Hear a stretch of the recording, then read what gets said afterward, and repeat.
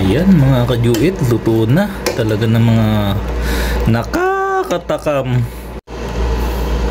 Welcome na naman sa ating episode cooking vlog na kung saan magluluto ako ng sinigang na hipon.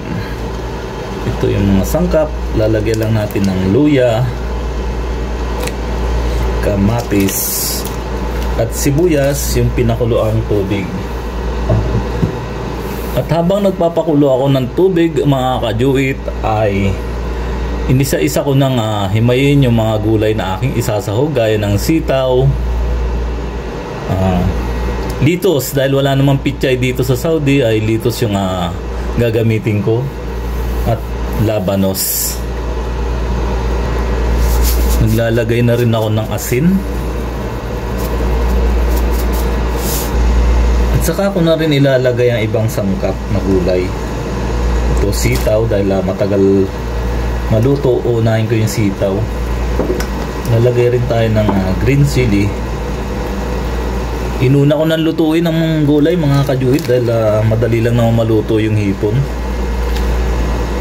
Ito yung litos, daon ng litos. Ito yung pinaka-pichay dito sa Saudi.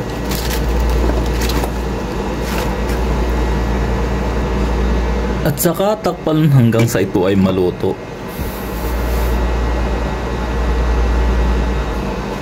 Ilalagay ko na rin mga kajuit yung labanos. Dahil madali lang din maluto to, kaya inihuli ko siya ilagay. Masarap sa sinigang yung maraming gulay. At saka lang tatakpan ulit para tuluyang maluto ang gulay. At dahil luto na ang gulay, susunod ko naman yung hipon. Yan. Binilang ko to mga kajuit, 25 piraso. Tigli-5 kami. Ihuhuli ko rin ilagay yung sinigang mix. Tayin ko lang maluto itong hipon.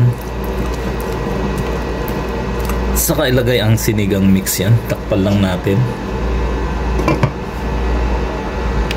Ayan, dahil luto na, pwede na rin ilagay itong sinigang mix.